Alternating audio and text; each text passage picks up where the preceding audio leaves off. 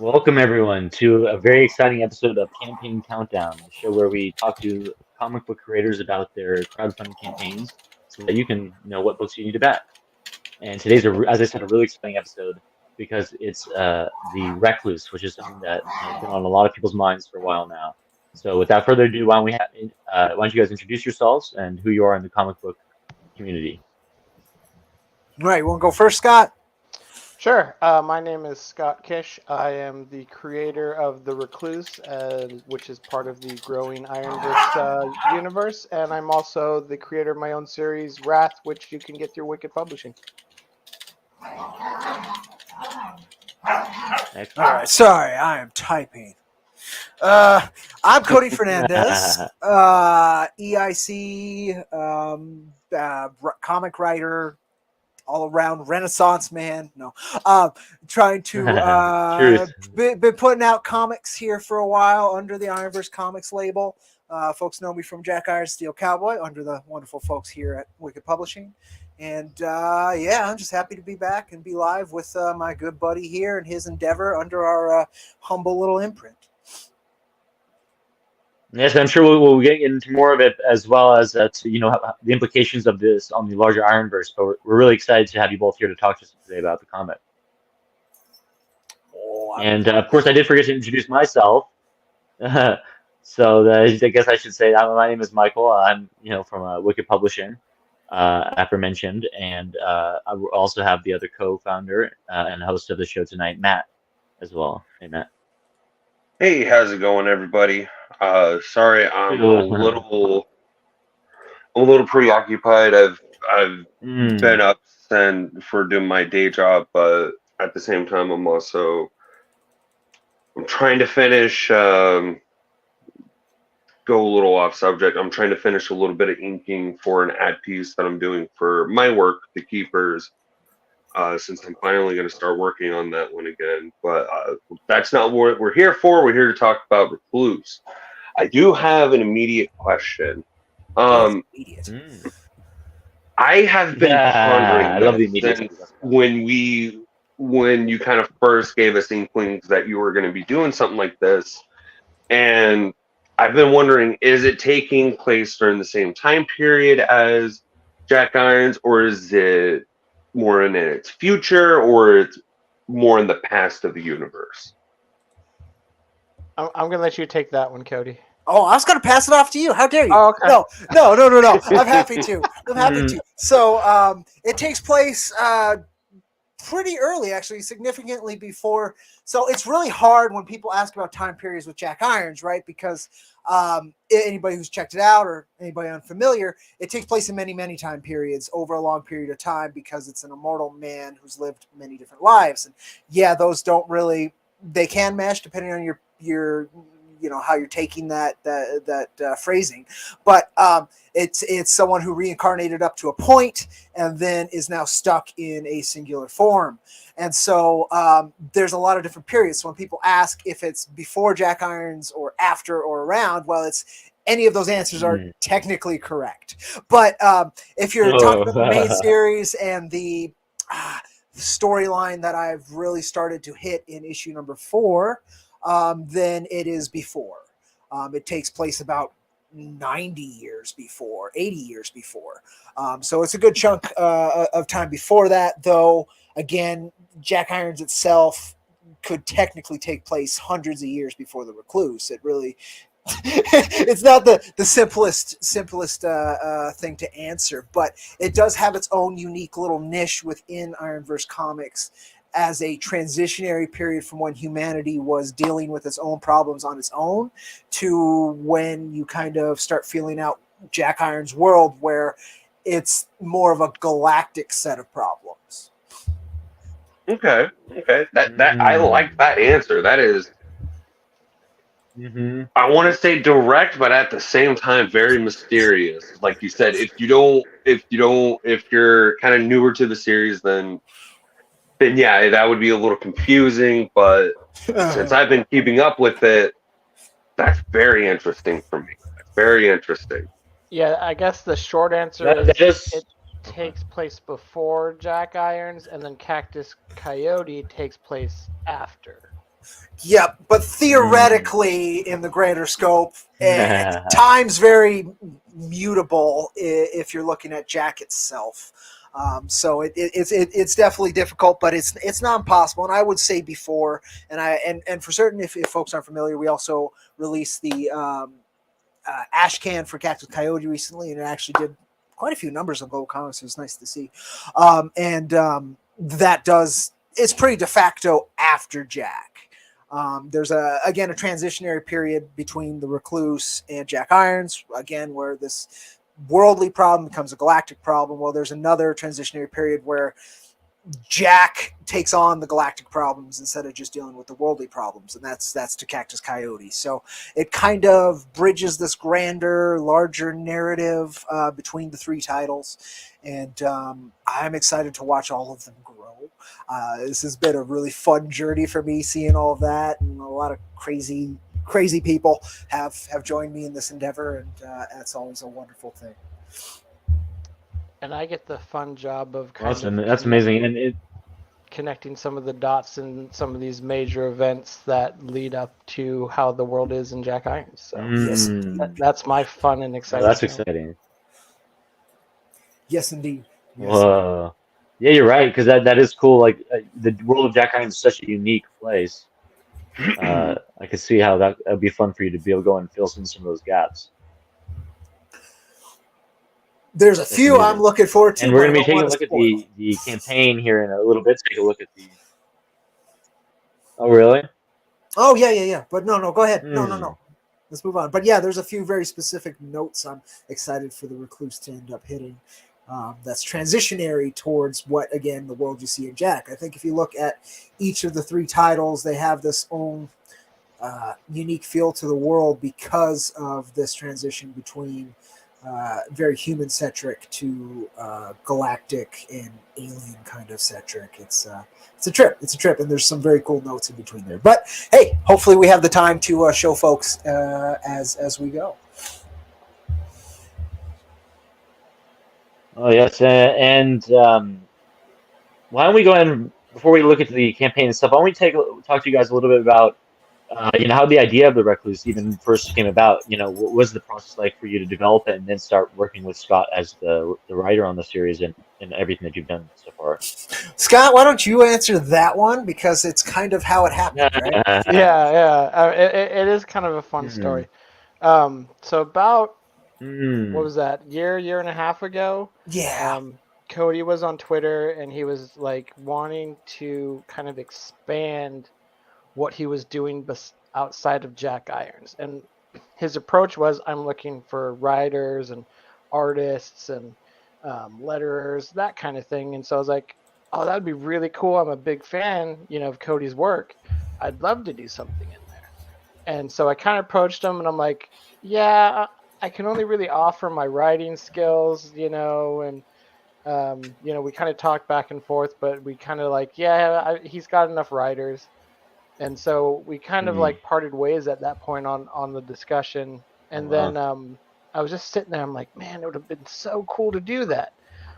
What if I like just made up my own story and character in Jack Irons? What would that look like? And then like I guess you would call it like inner muse kind of like sat on my shoulders and be like, it would look like this. And like my brain just like went into overdrive. What would I want it to look like? I wanted like the skull feature, but I wanted it to kind of like mimic kind of this Western sci-fi, like plague doctor type character. And I came up with the necrotic bullets, like that's what they would be fighting with to kind of even out their odds. And so I came up with all these pieces. It took me like maybe a week. And I came back to Cody and I was like, Cody, I know we talked about this, but hear me out. This is what I want to do. And instead of just coming in as a writer, I'm going to come in as a writer-creator. And we had this really cool conversation about like what that really means and what I could offer the Ironverse. Like not just here's a script, because there's a lot of people, like here's script, here's art. I basically presented myself as like, I'm going to write this script. You can have approval on it. but I can put together my own art team, get the pages, crowdfund everything myself. All you need to do is just, give me editor feedback and just help support me when I'm campaigning. Yep, Wow, so that's really cool, man. and Good during that stuff. as well is when we had to figure out, exactly like where and when that would fit in, so it didn't mess with any other overarching concepts that I and Dollar Coins have been building for Ironverse Comics and its pathway to finality, because we do have a finish. We do have notes that need to be hit along the way to really justify the work itself, honestly. And the big thing too, when Scott approached me, of course, like again, I've connected with writers and things like that, but it's very difficult for where I am, and still has been. It's been for the last few campaigns to get finances together to actually put together a comic. Folks know that's not that easy, and so me approaching that like, yeah, I can get a bunch of scripts, but they're just going to sit there. I have quite a few scripts of my own that are just sitting there, and so that's the thing is when Scott was willing to do that, I was like, well, that's how. When I started, before it was called Ironverse Comics, when it was just my overarching concept of what I wanted to do within comics, let's just say the grander project, I wanted to. I had a very defined set of characters and things that I wanted to work in, and experience within comics showed me that was naive is the best way to put it. It would be a Herculean task to pull off how I wanted to, and it'd be far too much for just me to do to begin with. A lot of work you got to jump into to really know its scale and your capabilities with it. And when I begun what would become Ironverse Comics, I was able to use that ignorance to get very far, but once you learn, you got to pivot to what could and is feasible. And what I also discovered, and this was almost far more important than what I was just talking about, is throughout comic creation, I found again and again the collaborative efforts were always far greater than anything I originally had in mind. And so when Scott approached me from this more creator centric approach to it, and was willing to find the niche that would work and be feasible for the overall plans we had, it was a no-brainer. I appreciate Scott's work very much. How he approached Wrath, as its underlying heart of Wrath, is like super important to express, and I really appreciate it. It's very important to what Ironverse Comics is that we have those notes. Dollar Coins is much better at putting fun into books than I am, but his heart is very, very similar resonance, and that's what's really important with what Ironverse Comics is. And I think that's what gives it any pillars to stand upon is that strong, defined, passionate message from its creators and from the creative expressions themselves. And Wrath is filled with it. Scott has been incredible at delivering. His creative team choices has been great. It was a no-brainer. As I said, it was an incredible opportunity. I'm very grateful to be working with him on this. That's amazing, and I'm actually wanting to ask you about I'm gonna see if I can pull up some art here. I want to ask you about the creative team, like the artistic side of things. Like, who are you working with on this project? Oh, yeah. So those familiar with Wrath will recognize Drew Smith. She did the concept Nice. artwork, as well as one of the variant covers that's available through the campaign. And then I tapped Rosalind Summers, who was someone that I basically almost worked with on Wrath, but it just didn't quite work out. So I think her and I both wanted to work on something. So when this opportunity came along, nice. She was very happy to join the team, and I was extremely happy to have her. So she's the line art and the standard cover. And then we got Bay Navarro on colors. I kind of saw her around on Twitter and some of her work, and knew that she would definitely be up for the task. And she's been incredible to work with as well. That's really cool. So you got a full team working on this, really. Yeah, it's a little bit different from Wrath, where Yeah. you know, we had very minimal color. So I'm It was all working done with. by the same artist, right? I believe, right? Hmm? In Wrath. In Wrath, I Yeah, think yeah. wasn't the line. Yeah. So on Wrath, it's Emilio Utrera, a fantastic person to work with.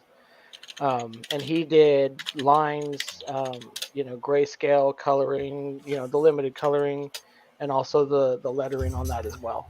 And Rosalind Mm, does the lettering on the Recluse as well. mm, mm. Wow, that's cool. That's a really great team you got together. It's like you're all stars, man.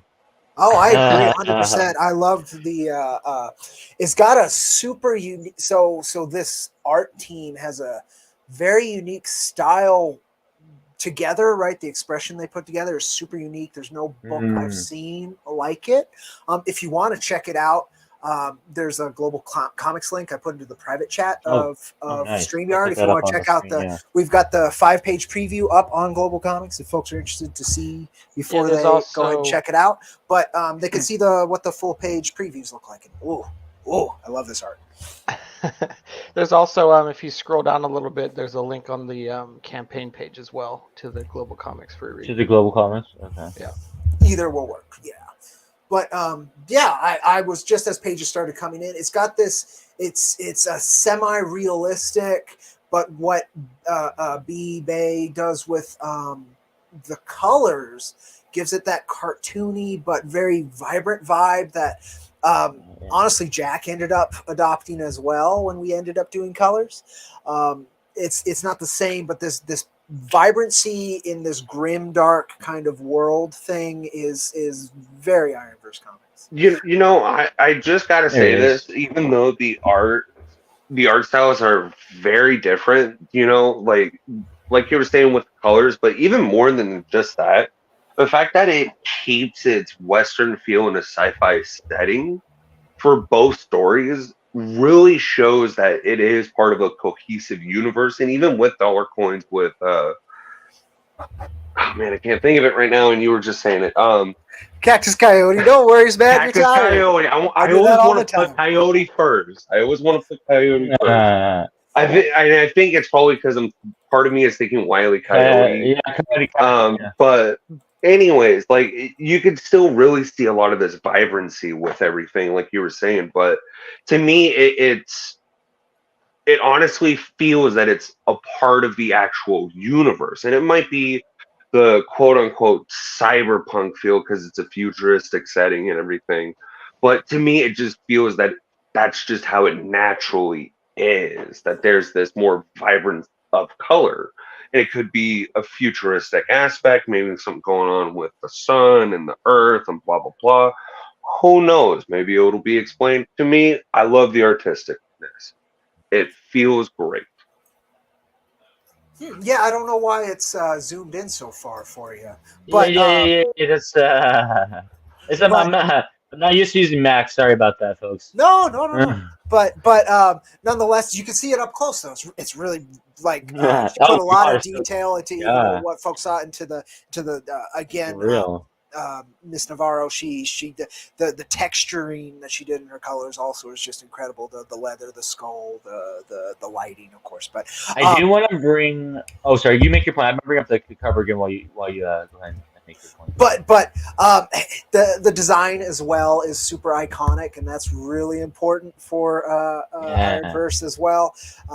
Our pillar characters need that iconography to again express.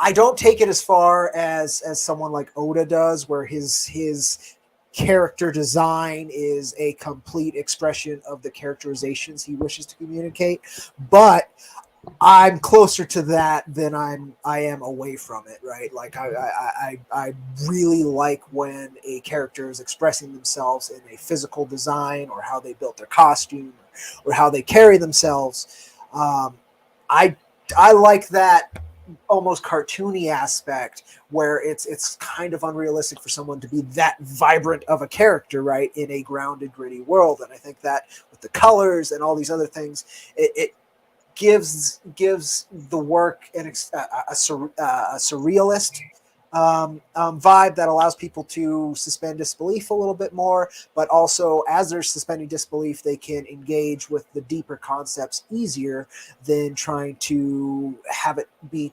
grounded in reality. And I think that is another thing that the Recluse nailed. That's pretty awesome. I wanted to I brought this up here on the cover. I wanted to point out. I think you kind of touched on it a little bit with your point about the iconography, but it really gave me the vibes of the first Jack Irons issue with Jack coming out of the bar, and it just like really makes this comic feel like, oh yeah, this is part of the Ironverse, and we're getting introduced to this new character in a lot of similar ways. So we were introduced to Jack Irons, you know. Oh, so that's something I don't know. Scott, how did the cover design come together? Either cover design, both covers? I'm very curious. Interesting. Okay. So the standard cover on your left, I just kind of pitched the pose and the coffin behind our character there. And then I think she kind of took that vibe from Jack Irons and then added that in there. I can see that. Yeah, I really kind of like the idea of that, you know, laying on or standing in front of the coffin in that like burial pose with the twin guns. She really liked that idea too. And she just, you know, ran with it. And we talked about putting up some of the posters and some of that little bit of graffiti down there. And then I actually wanted to touch on this too for the variant cover. I've always kind of like come up with my own ideas, but I kind of took a little bit of a page from Rags, and this was actually inspired by something that I kind of melded into the Recluse character. Really? And I gave that to Drew, and I was like, I was thinking about doing something like this, a homage to this, and she was like, I want to do that one. That's actually a picture, or it's inspired by a picture cover of Wolfwood from Trigun. Oh, okay. I was thinking that because I kept looking at it and I'm like, you know, make it a cross, give him a cigarette, it's totally him. Oh yeah. That's fun. I love that. That's a good Easter egg. Yeah, they both the covers look really good. To me, once when you said it, like you kind of saw it and you were inspired by something, I'm like, he better say Trigun. If not, it has to be Priest. It has to be Priest or Trigun. There's no other thing. Yeah, so there's some other images and stuff I want to work with down the road for, you know, like future variants. I'm not going to tip them all off, but yeah, there's going to be some fun ones, I think. Okay. I like that idea. You having the writer come up with ideas for variants and like being inspired for some kind of artwork that they see in their mind instead of just being like, here, you do it. Yeah, so the funny thing is on Wrath, all the variants were somewhat ideas, you know, at least some in part my ideas that got them started. But as far as all the standard covers, that's all Drew. She just does an amazing job of like using that negative space and then just coming up with something fantastic. Did you mention who did the logo? That was also Drew. Nice. A lot of the work on concept. She did the coffin That's design. Awesome. Yeah. Well, the luckily design for she the had coffin's some. great. Yeah. She did a great job, and I got her working on that just in time before she got busy with the new job. So. Oh wow. Yeah, I'm giving her. Yeah, and I'm hoping that she's got some, you know, time logged in by the time I need her for another project. Right. Because love working with her and what she can produce. Yeah. She's been a valuable team member on this and both, you know, and Wrath as well. So yeah, I could definitely see that. That's amazing. This comic book is so cool. I love the Western vibes. Like you really captured that Western feel, even though it's still like kind of like sci-fi and whatnot. Yeah, it was kind of interesting. Like when I had that little muse whispering in my ear, like I had ideas on what what hat, duster, vest, holsters, and I was able to just go through and find all these different images, and then just kind of make a character sheet for Drew to go off of. Wow. She did a great job with basically, if you see the side view there on the digital copy with designing the mask and what I had in mind. And also, there's a lot of detail in that coffin. Can't wait to show that off later on. Oh, There is. I'm stoked for it to get explored. Dude, that's awesome. So that's something that we're gonna, the reader will be able to get to see down the line. See how Oh that yeah, coffin really it works. yeah. You're gonna see what's so important about that coffin and what it's all the different things it's capable of. Do we have a trailer here? Should we watch the trailer? Yeah, we can watch the trailer. That's something that Cody put together. Yeah, Right. I still need to update I'm guessing it still says it's in pre-launch. I think you did update it. Did I? I think so. I 'Cause don't know. I was worried about I guess putting we'll it on find there, and then I out. thought I watched it, and I'm like, oh no, he fixed that. I might have. I don't know. If I haven't, I still do. This will be a good reminder either way.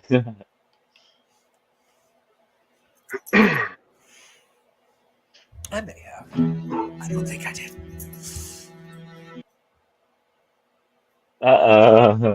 Oh, you made Oh, it let's bigger, and see. it's buffering now. Oh no, go smaller. Be smaller again. Yeah.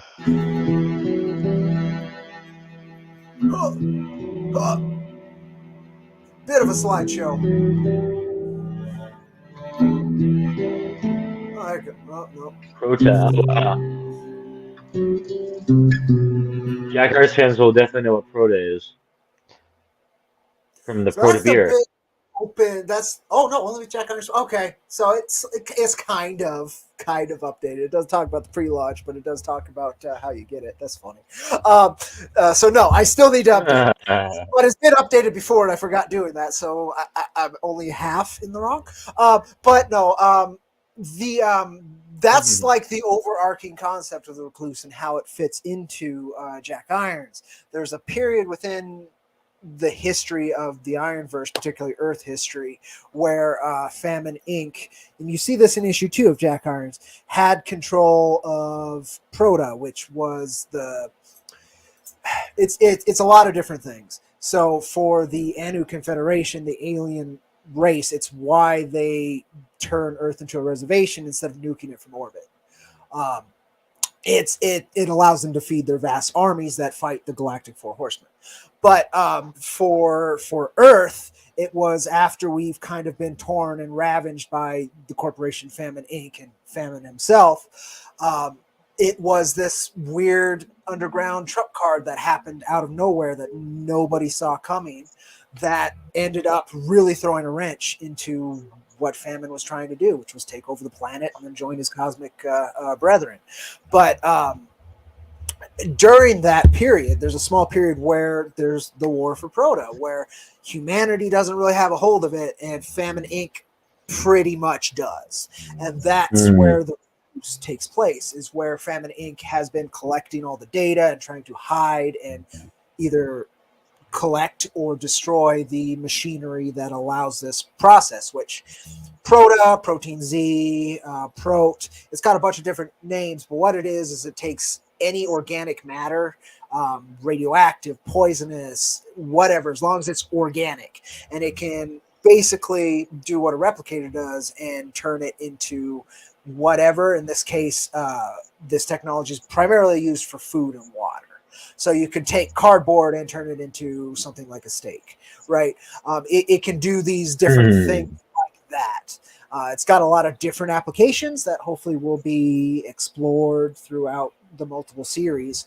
But it's a massive pillar for Ironverse Comics overall because again, it's what allows any of the, and I'm going to use air quotations here, good guys within Ironverse Comics to fight back against the Four Horsemen. It's what allows it to happen. And so in this case, Earth still thinks it's alone. It's by itself in this galaxy. They think Famine Inc. is just an evil corporation, which it is, but they don't know any of the more Lovecraftian elements of that. And so that's kind of the where takes place is the scientist who wishes to liberate Prot and to shut down Famine Inc. And again, within issue 2, and there's a lot of the foundational work of Ironverse Comics is done within issue 2 of Jack Irons. You get kind of a short overview of this period. It's within a couple pages. It talks about the FPN, which is kind of controlled opposition to Famine Inc., where it's just radicalization, so it's easier to control, even though its goal is to liberate Proto, so somewhat. You see that happen. You see the fall of the government, all of those things within issue 2 of Jack. And that period, this transitional period, which is glossed over in issue 2 of Jack and is actually super foundational. Tracker has a lot of history within this time period as well, which you see him in issue 3. There's a lot of interweaving parts, but the Recluse has a really unique position within it to expand that and to really show what humanity was made of when faced with this insurmountable set of odds. And the fun part is I get to integrate all sorts of Jack Irons characters into my comic. Yes. Like we have one awesome. in issue 1. So really? Yes. Oh wow. That's a little tease there for you. I like that. Yeah, and that's going back to the artwork thing. We get to have the fun job of seeing how Rosalind translates all these characters that we're going to put in here into her style. Yeah, it's gonna be really fun. Yeah, and it's just really interesting to see an earlier part of the Ironverse that it's not what it's not yet what we know. Yeah, it was really interesting too because we came up with the concept, but we didn't have the landing spot. So as Cody kind of alluded to earlier, they kind of handed me the Ironverse Bible. Yeah, and I didn't even read the whole thing, partly because it was like huge, and also I was trying not to spoil too much as a fan myself. Oh yeah, true. But like, it's impressive how much Cody has put into this whole universe. It's me. Dollar Coins is a hell of a I like my ideas and my concepts and my by concepts like conceptual thoughts that I wish to translate to, again, iconography that is like explored within Ironverse Comics, symbolism, that kind of stuff. Dollar Coins can actually like build the machinery that makes it work. He can point like, this is what needs to happen to allow these things to happen. And so he did quite a lot of that, and especially going into the crescendo of Ironverse Comics, let's say, which Cactus Coyote plays a major part in alongside Jack. And we'll see with the Recluse in terms of, it is 80 years later just to get to where you see Jack, and Cactus is another about 70 years past that. So who knows where the Recluse will be at that time, but I can promise you the actions that they take will literally shape the galaxy, which is really well, as Cody pointed out earlier, Jack Irons is immortal, so he is technically around during the Recluse time period. So yeah, I saw there was on the cover. It sounds like more important things are going on that intertwine with Jack. So in a way, yeah, sure, he may be in this, but it's not the focus of the story. So I really do. I do have to ask this because I'm sure everybody has thought it. Do you plan on putting Jack in the comic for at least an issue? Oh, probably. I don't see why not. Yeah, the best answer is it's a definite maybe. I would say, and I'm sure a lot of people wanted to hear at least that.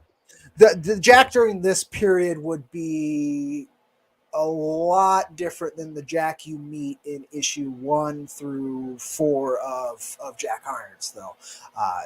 It's nearly a century of growth between the Jack you would see in the Recluse to the Jack you see in the comics, and there's a lot that happens and a lot that had already happened to him that perhaps he hadn't gotten over.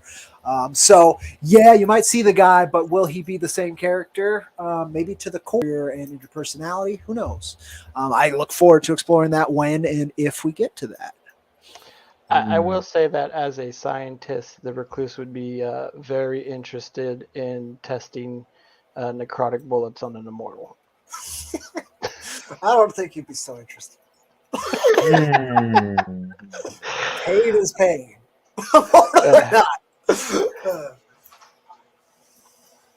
Well, we've taken a look at some of the art here, and it really does look amazing. I love all the way the line art and the colors and everything comes together.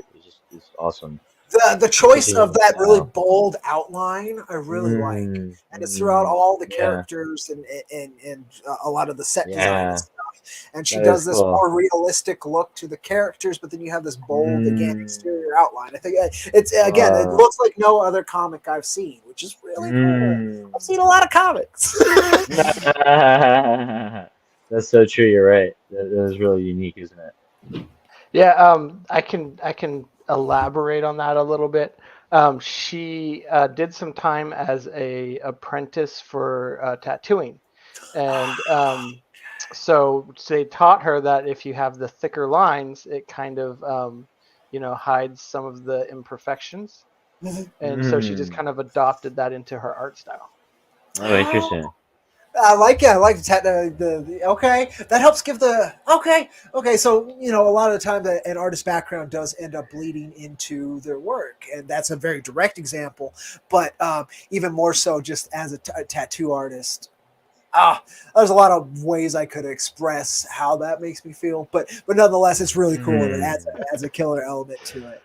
Yeah, and I love her panel layout there. Flash, but yeah. Oh, I agree. That's the other thing too. And then the lighting, again, how B decided to emphasize certain things, like that transitional period where you're grounded in the reality, and then his imagination of how he's explaining the rotting bullets and the fire or the necrotic fire coming off of the hand and all that. I mean, again, just great pair of artists you're working with. Yeah, that is really nice. I also had fun with this character that's speaking to you. Okay, yeah, tell us about this guy. I don't know if you noticed, but he kind of has a little bit of a unique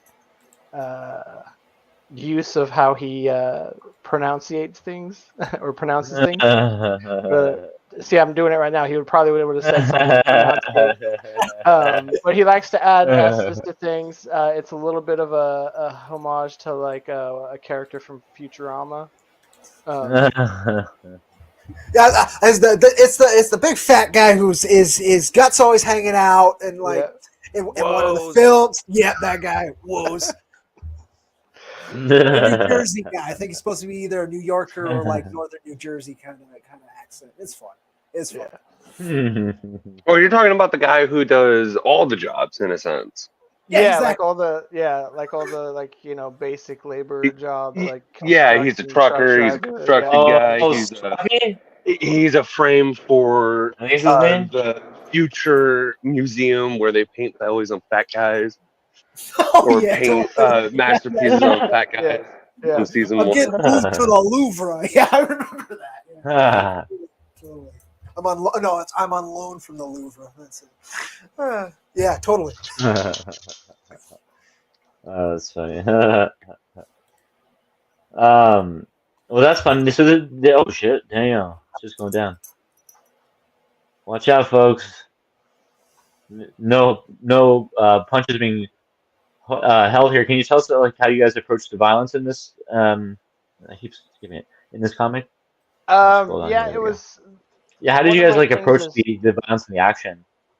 So it's a little bit different, for people who are familiar with Wrath. I pulled punches on Wrath as far as the violence went, and that was just because of subject matter. I wanted it to relate to people, who may have been, victims of violence or domestic violence. And I wanted them to relate, but not to reintroduce the trauma. So it is tamer compared to this. With this one, I felt it was more appropriate to just go all in on it. It's definitely darker tones than Wrath. I mean, Wrath's dark in and of itself, but this one, the action is we're gonna push it to 11. Yeah, the action was killer, and as you saw, there was headshots there with Jack. If anybody has, again, check it out. And the violence against people is very like Jack does it. If he's got to kill, he kills, and usually it's there's a very specific panel in issue 2 where a guy's head literally explodes, eyeballs, gore, all over the place. So I never had any problems with the gore within Jack. I think that helps ground it. We're coming off of Mad Max, right? We're fine with that. There's a lot of like Samurai Jack in it as well, but it's also season 5 Samurai Jack, a little bit more blood and guts instead of just robots, though there are dead robots.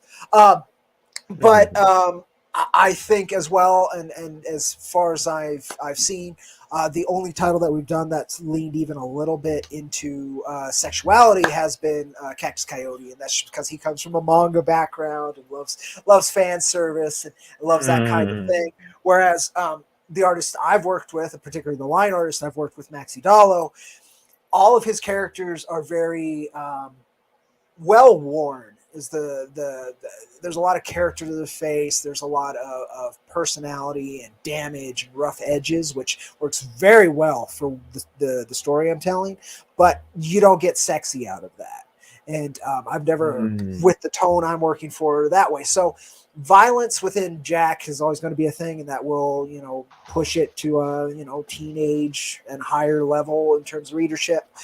For the Recluse, based on what I felt from the character and the vibe, I would assume it's taking a similar but maybe more subdued approach to that gore.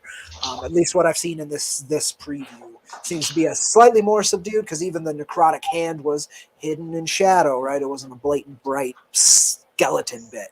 I mean, there's blood popping out the back of their heads, and you can see the little bit of the hair popping, but it's also not like in Jack, eyeballs flying everywhere or their face melting, right? But I don't know. No, we've got the face melting. I think it's in the preview. Oh, there's a face melt. So there you go. There's a full-on face melting. Okay, so it sounds like it's going more, leaning more towards the mature side, possibly. Yeah, as he pointed out, like it, to kind of expand on both what I was saying and what Cody was saying is the violence kind of grounds it into the fierce and unforgiving world or state of the world that they're in. You don't really have time to pull punches. You don't really have time to sort out who's who. It's dog eat dog world out there. More of a shoot and ask later. Yeah, kind of. Yeah. I kind of like that feels really adds to the feel that it's still a sci-fi western in a sense, to where like that's how a lot of the West feels when you see westerns, is that there's this sense of, I wouldn't say urgency, but necessarily that they don't have the chance to really talk no jutsu everything out, like on how certain animes and certain comics do. It's more of a, either we have to react and have an action to this now, or we possibly won't make it past this. Yeah, survival is a major thematic within any kind of frontier story. And with survival comes that quick decision. If you beat around the bush, if you fuck around, well, you may not live. And that's I mean, you see that a lot in sci-fi in particular as well. So it's kind of a common ground between Westerns and science fiction, depending on your type of science fiction. Like Star Trek, it's not so much, but it does come up, right? Like they do explore it in basically every of the series. There's times where they have to make hard decisions to survive. And that's usually the moral quandary that they try and find the good result. Well, our protagonists tend to not have the time nor the the mindset to really care that much within Jack Irons. When he did blow up that dude's head, he was protecting a little girl. Jack himself wasn't really threatened by these guys. He couldn't really be defeated by them. He's immortal. The worst they could do is capture him, torture him, that kind of thing. And even that, in the position he was in, wasn't very possible. But one stray bullet, that girl's dead. So he's ending that encounter very quickly and brutally. And in the Recluse's sense, they are going to always be massively outnumbered. So striking swift, striking hard. That's the other thing I loved about the character design of the Recluse is it feels, out of the character designs that we have in Ironverse comics, the Recluse themselves is very, very tactical. It just feels tactical, more modern military, no bullshit kind of design. And I really like that because, again, no other character we have has that. Tracker, he wants to be the top predator, so he just sheds everything that he doesn't need. Jack, he deep in his heart, he still wants to be the shining knight, so he wears this armor to be a symbol. Oh wow! Cowboy hat, the scarf, all of that. That's all faking it till you make it, kind of. But at the same time, he is that. It's a whole thing. It's explored within the overarching concept. Cactus Coyote, he's kind of a noir, goofy design. He knows he's goofy. The expressions are goofy. He knows it, but he tries to look cool, play cool. He's the baddest guy around, even though he's super insecure about being the baddest guy around. And that's part of his kind of dirty, more poor looking aesthetic. Again, with the Recluse though, tactical, no bullshit. Even the choice of weapons with Scott was very particular about. Feeds into that logical, scientist, tactical, I'm going to save humanity and this is how I know how to do it mindset that they have. And again, a good character design, and not all of them. I always bring up Hunter x Hunter, where the character designs are at best basic, but the characterizations are extremely good, and so the character designs step back. That's it. For me, Hunter x Hunter is one school of thought of character design, and One Piece is the other, and they're both very, very good. It's just they're completely 180. And I fall more towards Oda, but it's I like characters where, again, their aesthetic bleeds into their personality. Whereas, again, Hunter x Hunter, for me, most of it is just like, oh, here's a basic design so that when I put this really drastic and very strong characterization on that, there's nothing in its way. There's no character design. I think you're just feeling this person's soul and mind. And that in Hunter x Hunter is like, that's my favorite thing about that series. But nonetheless, again, the Recluse hits the notes I really wanted to. Had very unique notes, which is really cool. So what you're saying is that the Recluse is the Batman to your Ironverse. That would work, actually. Thematically, that would work. Yes, yeah. I mean, it's closer to, I would almost say, the Punisher with the skull aesthetic, right? And yeah, true. And he kills people. Yeah, that's what I was going to say, making them suffer too. It's not just like Batman wants to stop the encounter, but he doesn't want to kill anybody. Punisher wants to stop the encounter, and he doesn't care how he kills them. In fact, if it's a little bit more painful, he might be a little happier that day. Yeah, like thinking about it, like the type of munitions that the Recluse used would be considered a war crime in normal circumstances. An act of desperation and a means to even the odds. Like if you can take out an opponent with a single bullet, that drastically increases your odds. Yeah, and that's Jack comes from that kind of school of thought as well. Issue 4, issue 3, issue 2. Whenever he's shooting, it is a very large caliber. For one, it's not going to break his wrist. If it does, his wrist it's going to heal very quickly. A broken bone is nothing to Jack. But also, again, he wants to end whatever he's doing. One bullet. And that's why he uses a revolver. He doesn't need, he probably doesn't even need 6 shots in most encounters. He can do it with 1. And so that, again, that survival bit where you're not shooting him in the kneecap and letting him live, right? You're blowing a hole in him. In the necrotic bullet sense, as you saw, it's, for one, they went for headshots in that very quickly, so they didn't even need the necrosis.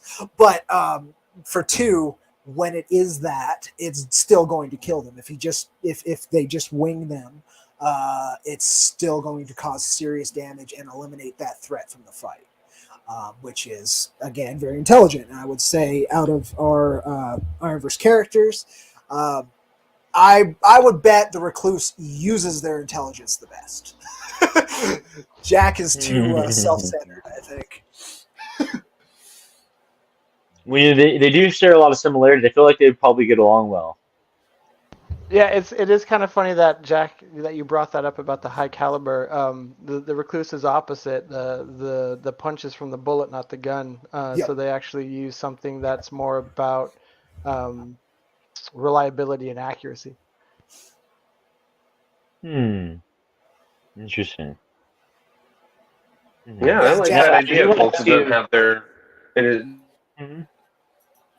Go ahead, Matt. Matt, you there? Did we lose Matt? Oh, he muted. Maybe. Okay, well that's okay. Yeah, he muted himself. I did want to ask you about the gun. I wanted to ask you about because you call them necrotic bullets. Is that right? Correct. Okay, can you tell us about a little bit about the origins of that and what that's all about? Let me try. So there is a series of events that kind of pushes the character from kind of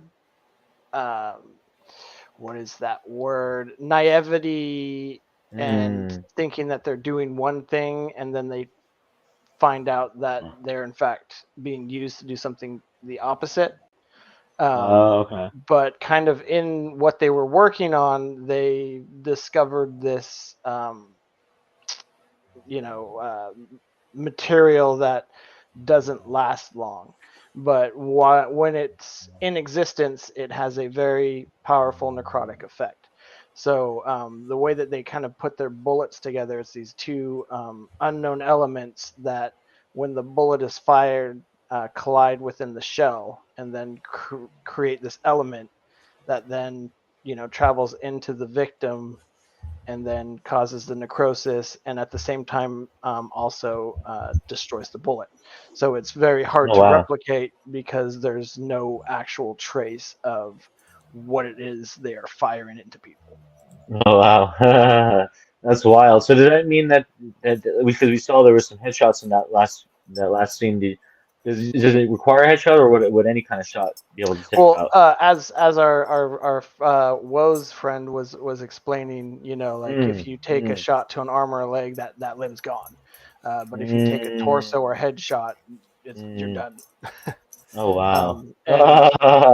Yeah, because of That's the wild. armor and stuff like that, it can, as long as it plants itself in the armor, it can eat through that as well. Damn, that was nasty stuff right there. You want to get hit with that one? No, like I said, normal circumstances, this would be a war crime. Oh man. Yeah, so it seems like it has a similar effect to white phosphorus. So you don't want that. But he's the times he's living in. These are dire times. He's been pushed to the edge. Oh yeah, humanity during the Recluse is basically, it's not extinct, but it's just about there, and it is under the fist of the cruelest corporatocracy you could imagine. And so the very existence of the Recluse is, for one, you've got to be reclusive. For two, imagine in the cities, in this thing. So something you don't see much in Jack, but you will eventually, is what became of these giant, basically hive cities that developed out of necessity for people running out of food, and so that Famine Inc. could more easily control and utilize a populace for whatever. At the end of the day, it's for suffering. That's all Famine wants. But it was mainly whatever task made it look like he was doing something and would lure more people in. Like, oh, well, this is the only place to get jobs, the only place to work for that, and the only way I get to eat, right? And so these larger cities was you don't see him in Jack because, again, we are post that. We're exploring how we get past that within the Recluse. But So before you go on, if you don't mind me interrupting you, yeah, looks like we have a question from the chat here, and I am curious if we can touch on this. This shows a corner says I thought the Recluse was spider themed, and I guess I can see that. Yeah, with it the is a coffin, little right? bit of two things. Is one, Okay. they're a big time solo like loner act, and then the Recluse spiders actually have a necrotic bite, so they kind of got that nickname because of the bullets. Yeah, So that's it's fun. a twofer. You gotta love a twofer, man. But Dude, that's that a is a great great name. question. Yeah, no, it was a good question, definitely. Yeah, I hadn't thought about that, but that's really I could really see that theming there. That's very clever. I like that. And Matt's here. Hopefully, he's back here with us. We're Oh, about to check out something. We're about to check out the and campaign. But and I yes, did go ahead, check Scott. out the preview. The face melting isn't in the Hmm. preview, but I have shown it in a few promotional posts. I think I saw it because I remember it's full on skull, right? It's like skull with a little bit of flesh still like melting Yeah, off. that was it. Whoa. I think I was jokingly posting it at Christmas time with the tag. It's not Christmas without a skull. That's very true. I mean, I can't argue that. I think recently the new one is for a truly face melting experience, go back to Recluse. Yeah, that's a good one too. Yeah, I like that. Well, speaking of which, I'd like to go ahead and take a look at the campaign now itself, so that people can take a look and see what you guys all have on offer, all the perks and stuff that you guys have, and see if there's something out there for you guys, dear viewer. So, without further ado, here we are. We'll start with the first tier. Of course, we have a digital copy. It looks like here. And is that says $3 for a digital copy, full color comic. Yeah, it's a full color comic. The page count's going to be about 16 pages, and Okay. while it was full color, I didn't see charging the same amount as I did for Wrath, like around 30. Interesting. Yeah. I guess that makes sense. It's a bit of a shorter book than your last one in that way. Yes, and it just didn't feel right charging the same price for less. I mean, there's a lot more detail in the pages, but yeah. Well, that makes sense. I can understand that. Yeah, and $3 is a good deal. Like that's a great deal for a digital comic. So yeah, in fact, if you wanted to, if you do back digital, we have some digital add-ons. So I think we did the math the other day, Cody. It was like you can get the Recluse, all 3 issues of Wrath, and then all 4 of Jack Iron. So basically, all of our completed work for about $18 digital, and it's something like over 200 pages. whoa. I don't see why we couldn't Yeah. throw the Cactus Coyote Ash Can in that as well. Ooh, yeah. Yeah, we could probably do that. Now you're talking. Dollar coins is Even sweeten the pot. And Well, then you're yeah. getting like the whole shebang. Yeah, you would get the completed Ironverse works up to that point. That was very nice.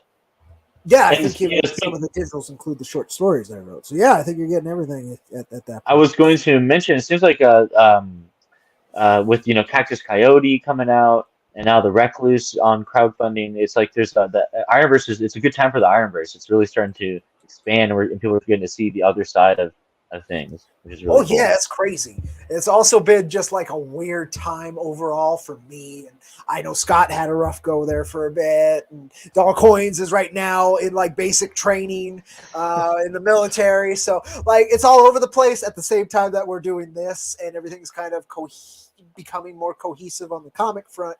Everything else is kind of all over the place, and it's for me, it's never not been a wild ride, and it's always educational. and our passion for our projects always carries us through it all. I think is how we're where we're at today. Very true. Passion can get you a long way, can't it? All right. So we got the digital copy, as we mentioned there, and then after that, let's see. Sorry, it's scrolling on the wrong part.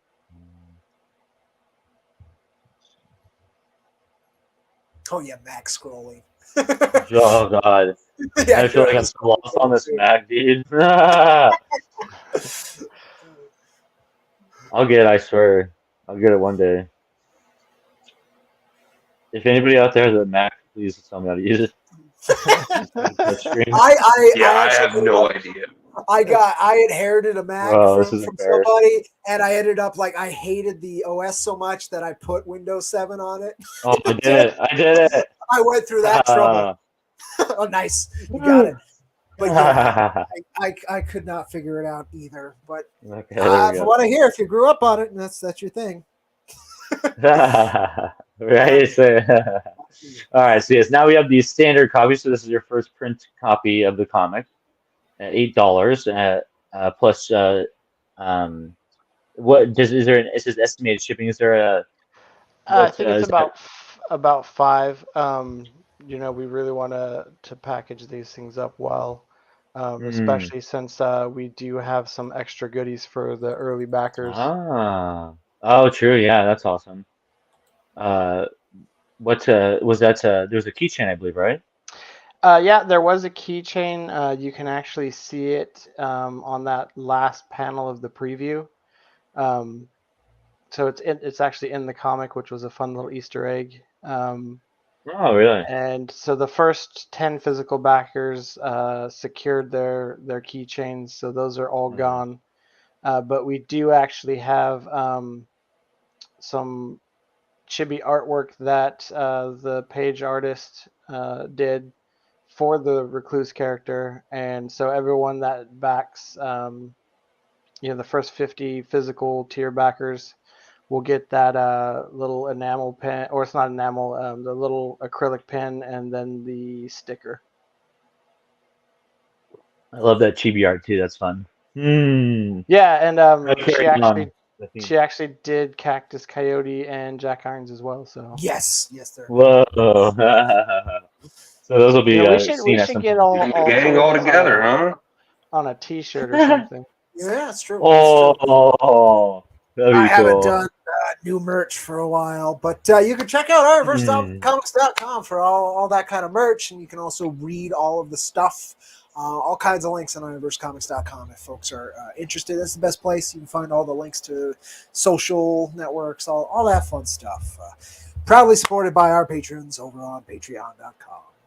It's the only reason we have a website. It is far too fucking expensive.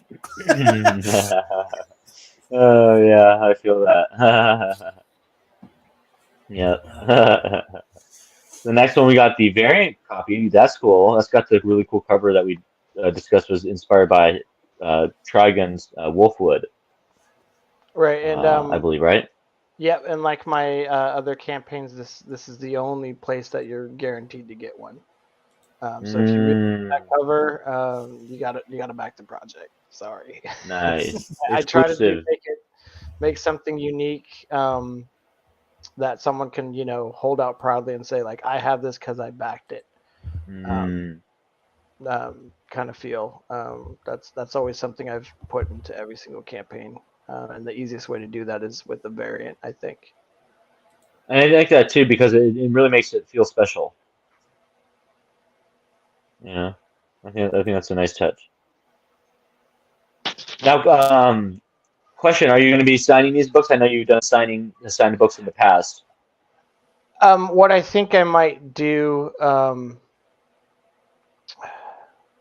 because like I know some people don't like it, so Possible, I what? guess. Yeah, so Oh, what I might do really? is Oh, Yeah, interesting. some people don't. Yeah, I've come across that well, too. Oh, some people don't.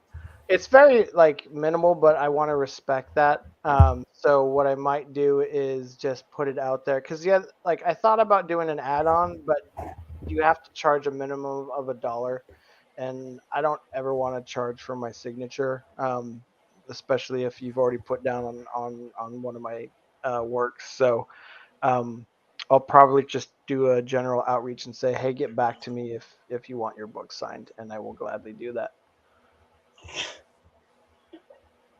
That's awesome, man.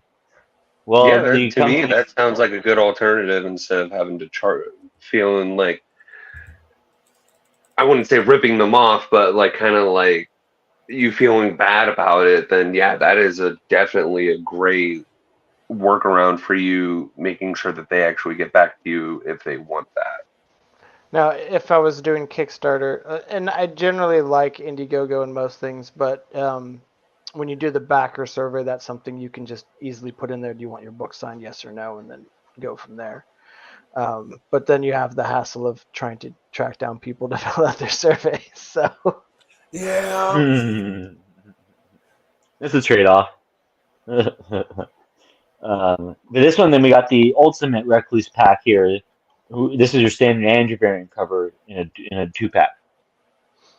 yeah, so shipping and handling that's about $25. And then if we haven't hit that 50 physical backer mark, so you would get both those comics, the sticker and the pen, and helps make this comic a reality. And yeah, get all that swag in return. And a hearty thank you from me and Cody as well. Mm. Yes. And this is your first new comic since you did in RAS, so this is like a huge deal. I feel like it's such a big moment for you. Especially since it's like I've stated before, I'm a huge fan of Jack Irons. So to not only Mhm. support him with his campaigns, but to actually get behind the wagon and push, um, and support this work that I really enjoy is it is a big deal, and kind of the reason that I put Wrath on hold, because the opportunity was there, and I knew I needed to take Mm. it. Yeah, that I makes a lot of sense. appreciate that. Understand the sacrifices. Again, this work is. I'm not gonna say thankless because it's not, but it is. It is. It's a rough road. It's full of bumps and bruises and all these other things that you not doing this means you wouldn't have to go through. And I've been through many, and I'm still going through a couple.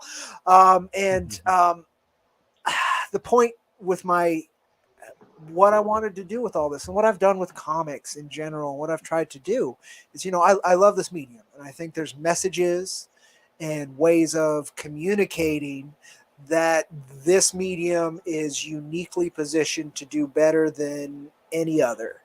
And so I've always tried within my own work to utilize that and to use the actual work, the expression, as a basis to also, I guess I could say, improve the space I find myself producing that work within.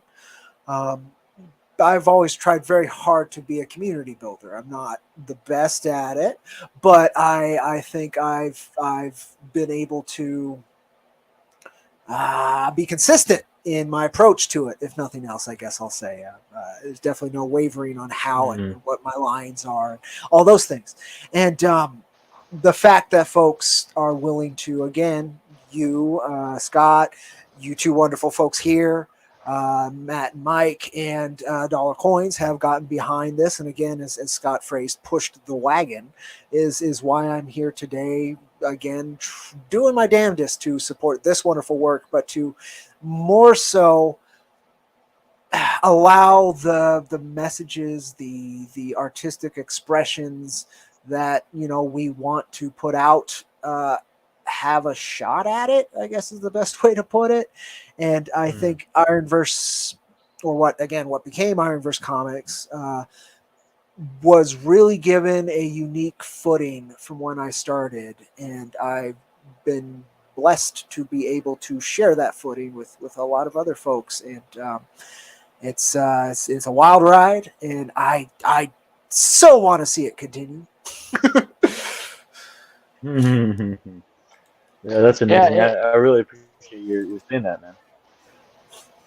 it was strange, like how I kind of got into comics.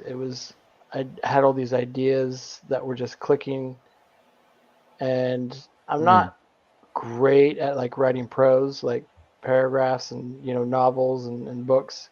Just it's kind of like pulling teeth, and I just kind of gave Mhm. a comic script a try, and it just clicked like almost instantly. Mhm.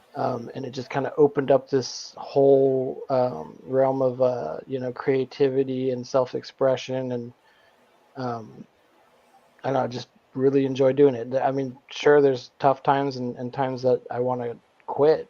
Like I think we all have that as creators. Um, but I always just find that passion just rekindles and reignites, and I keep pushing forward. It's I think amazing, and inspiring words for everyone right there, man. Like really. yeah, we can definitely see your passion there for this character and the world that you guys are building with this comic. And I wanted to ask if you do get success on this comic, what do you want to do with this series? Do you see the comic going on from this and taking off? It's one of those things where I have a stopping point in mind, a place I want to get to. Mm-hmm. I always kind of have an Mm-hmm. end in mind when I'm writing something, especially like a longer story. Um, and so I have the ending, and I have a beginning for issue 2 and what I want to portray. Um, and I kind of teased that to the artist a little bit, and she got excited. She's like, I can't wait to see how you pull this off in the script. So um, if the first one seems a little light on action, that's not going to be an issue with the second one. I'll say that. Damn, man, I don't know. Hey, you heard it here first, We've already seen people. headshots. Yeah, but I mean, we've already seen headshots. It's like, man, what I can't even imagine what we get next issue, man. Shit's gonna be Well, off the chain. with eBay, you just keep stacking the headshots now. Nah, right? Let's get Levi in here, man. He'd appreciate this for sure. He'd be very proud of you, I think.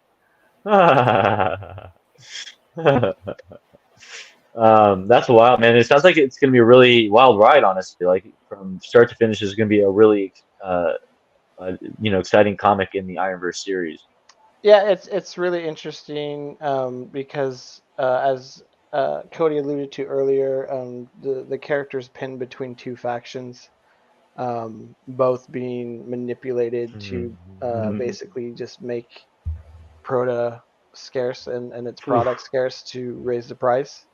what a racket. And they see through that, and so they will go through both sides if it gets them to their goal of getting that tech out to the Wow. people again, and to basically get food in humanity's belly, as it's right now being almost starved to death. This is a man who's desperate, it sounds like. The Recluse. There's quite a bit of desperation, no question. I mean, it's a civilization on the brink of repurposing, I guess would be the best way to put it, because I wouldn't say extinction. There's no point to it for famine to extinct it, but he wants to repurpose it, or it wants to repurpose it. I think the extinction. We use that as a phrase of like the extinction of humanity as we know it. There you go. No question. No question.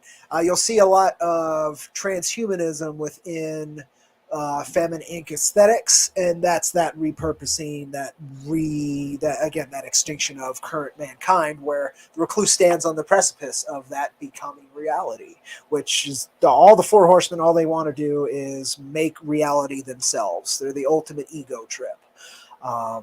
That's why they hate each other, and they only want to manifest whatever they are. I can end it right there. And so all of our heroes within Ironverse Comics obviously stand in opposition to that in their own unique way, but very much it's they represent that. Individuality, I think, is a commonality between all the characters within Ironverse Comics, all the main characters at least, is that that bit. And sure, the individuality within the Horsemen is run rampant, whereas within our heroes, they use their unique skill sets, their unique abilities to liberate the whole, to oppose a true egocentric force. And it's a trip to see how it's manifested in the different series, because in each it's very different. And yet again, there's this cohesive whole to Ironverse and Ironverse Comics, and the I guess what it stands for is the most basic way to put it. And the creators I've worked with and the creators our teams have worked with have always understood the assignment, and that's crazy to me.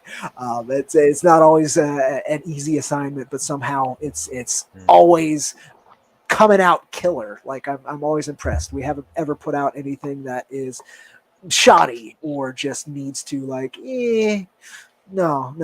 And Dollar Coins would argue his manga was crap, and I will argue with him all day that was very cool, and I wish he would have continued doing it. but it's the Ashcan, of course, is more of what the Cactus Coyote Ashcan is more of what he thinks comic fans would expect, and I agree. Nonetheless, for me, any of the work that we've produced will be killer as long as it can hit those messages, those notes, and as long as there's some flair to it, some style. I'm a big fan of style, and the Recluse has it in spades. I am so impressed with it. Heart and style in equal measure. Yes. That. I like that a lot. This is why I like Cody talking about my work. He says the nicest things.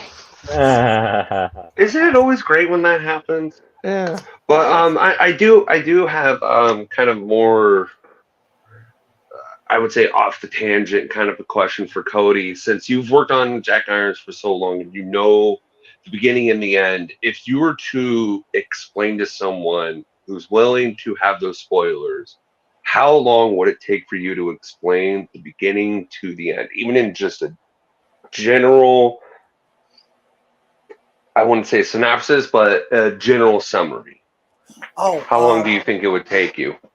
Not very hard, because it goes to the core of humanity. I just say it's an exploration of the human condition, placed throughout a cartoony, stylistic aesthetic. It's very basic. Like Jack is just a expression of the human condition.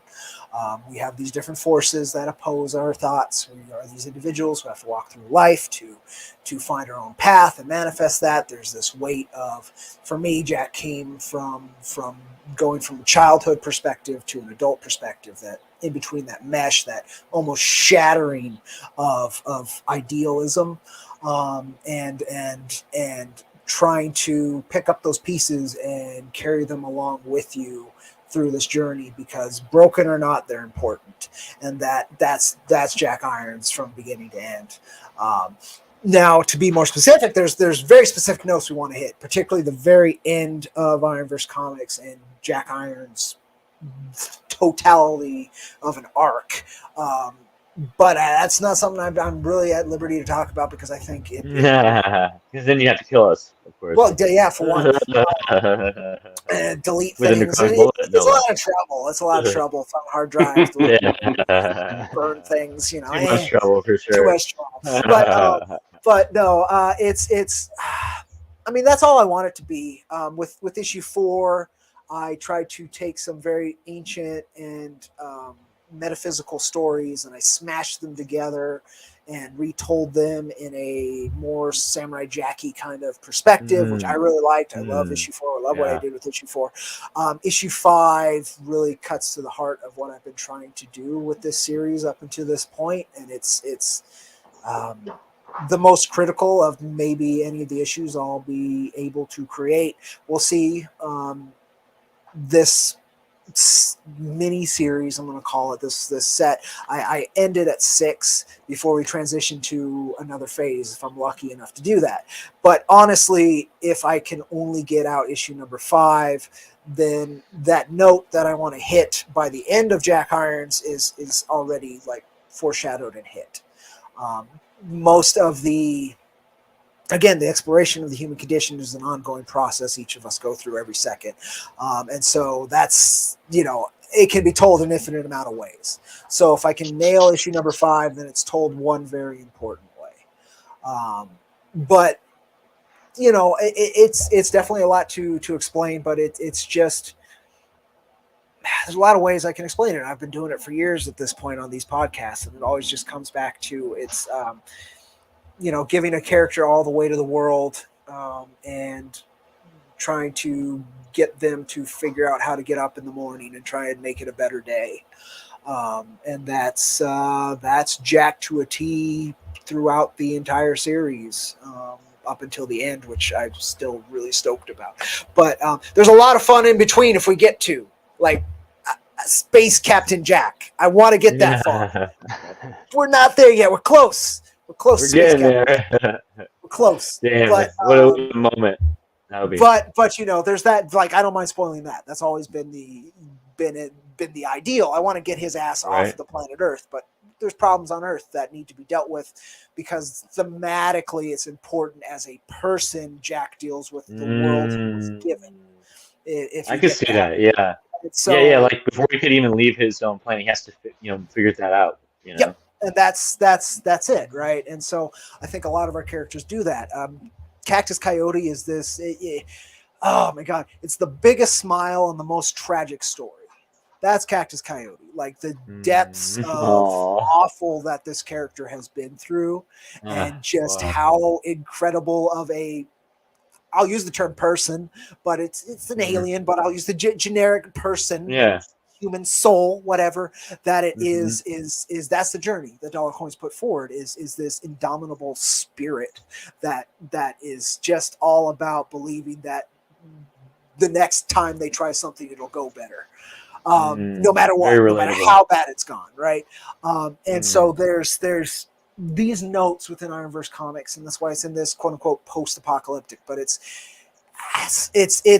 during a galactic apocalypse, so it's ongoing apocalyptic, but there's been multiple points of what you would call an apocalypse, an end of civilizations within Ironverse. So it is post-apocalyptic, and aesthetically, when you say post-apocalyptic, people understand what you're talking about more than apocalyptic, but it is an ongoing apocalypse, and the goal of Ironverse Comics is to look that in the face and say there's another way, right? And so that's the ongoing. If I had to explain it, I've hit a lot of different notes, but that general collage of ideas is at least putting folks on the right track of what I've always wanted to do with this since I was like 16 or 15. Wow. Yeah, it's been 16 years now. Amazing journey. So that's never really changed. And I've been working with Maxie for 9 years now. I've been here and with you folks for 5 now. So it's been a lot. And it's been a lot of time and a lot of effort and a lot of passion and a lot of wonderful art created. And I always get to this point, but I'm just super grateful for the journey. I can tell. I really can tell, man. That's really awesome.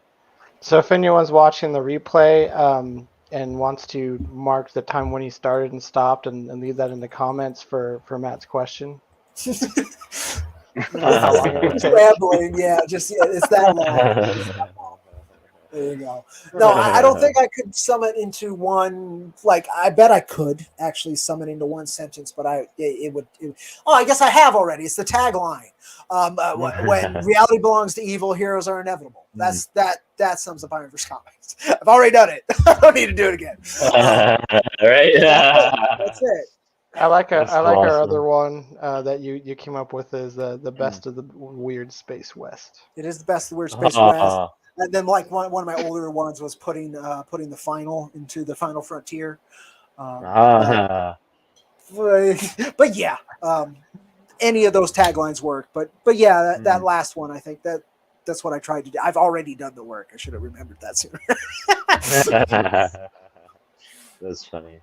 Well, I do always like to ask this final question here, which is, would you like to tell the people who are considering backing your book at this time? We've got a great story planned out. We've got great art. We've got decent pricing, and we've got a track record of delivery. I've got 3 campaigns fulfilled, and Cody's working on 4. So you can back us knowing that we're going to deliver on this thing. That's very true, and you're going to have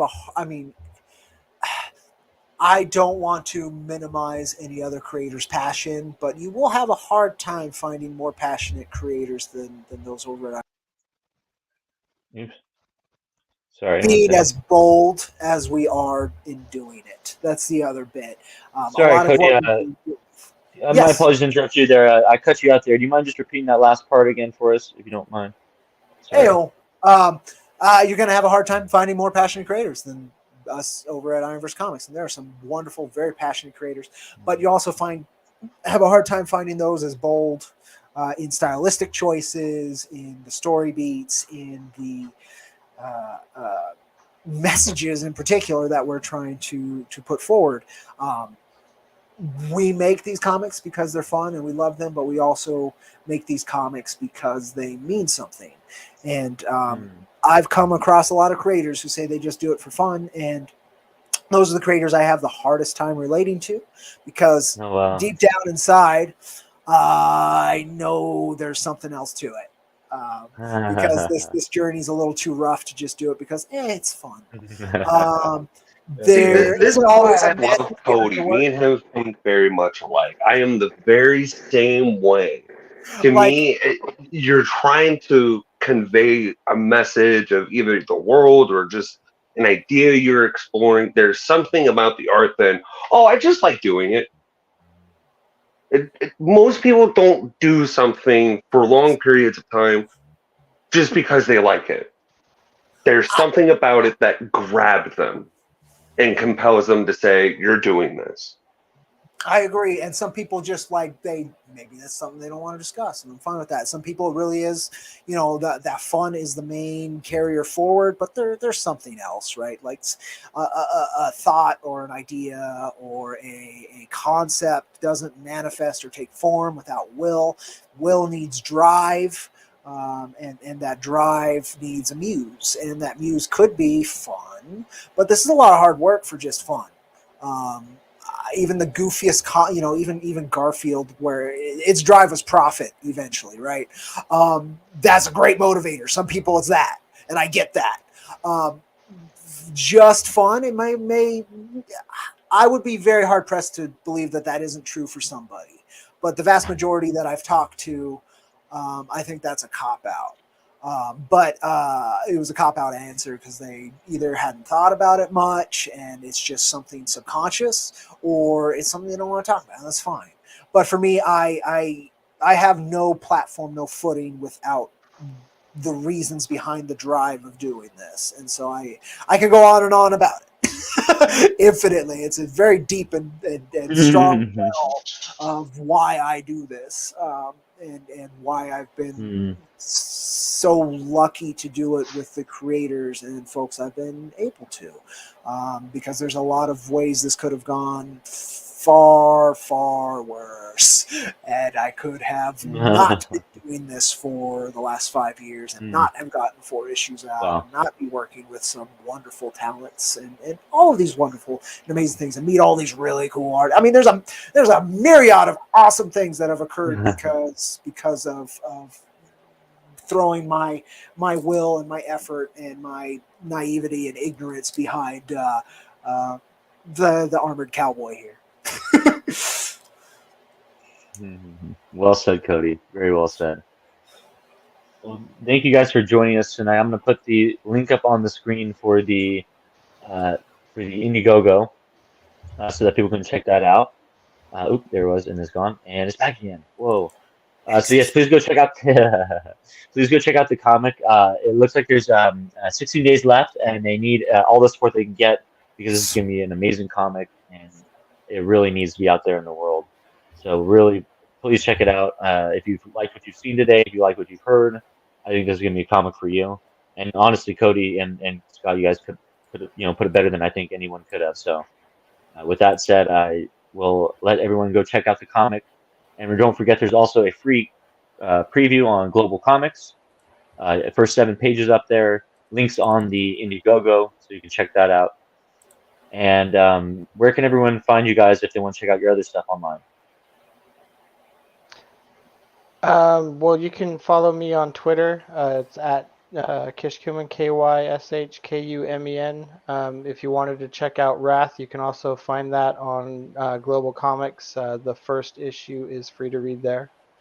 But yeah, that's mostly where I spend most of my time is on Twitter. It's X.com now. Yeah.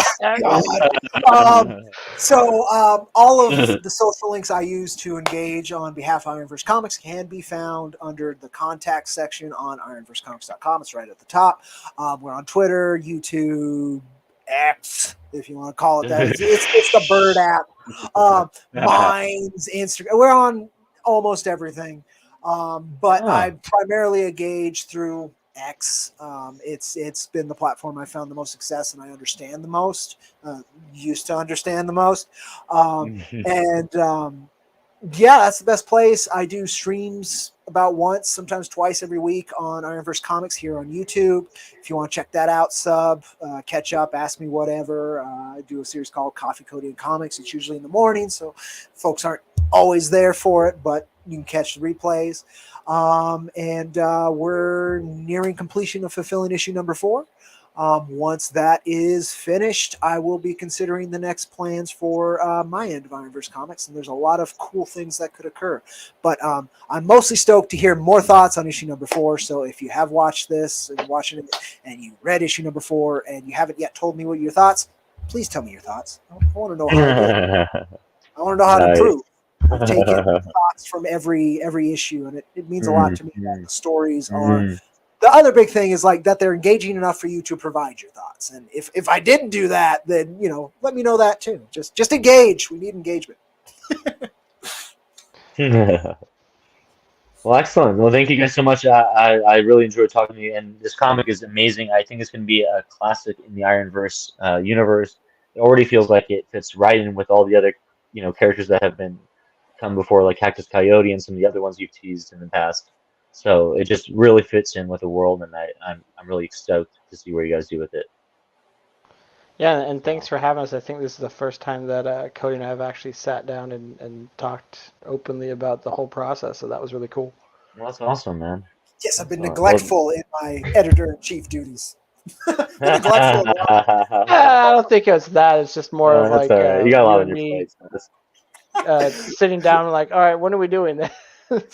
No, it's very true. It's very true. But no, I'm so grateful for the platform as well. Engaging with you folks and all of that. And thank you, wonderful audience, and anybody who checks us out later. Thank you for your time. It's the most precious resource you can give anybody. And I'm super grateful for it. I'm sure we all are. Absolutely. Yes, and exactly. if you can help us make this book a reality, that would be fantastic, and we appreciate you, and even just getting the word out, Yes. Social media or whatever means you can helps us a lot. That's excellent. Well, thank you again, guys. We will see you on a future episode, and everyone watching live or on the replay, have a great night. Go check out this book. Take care, everyone.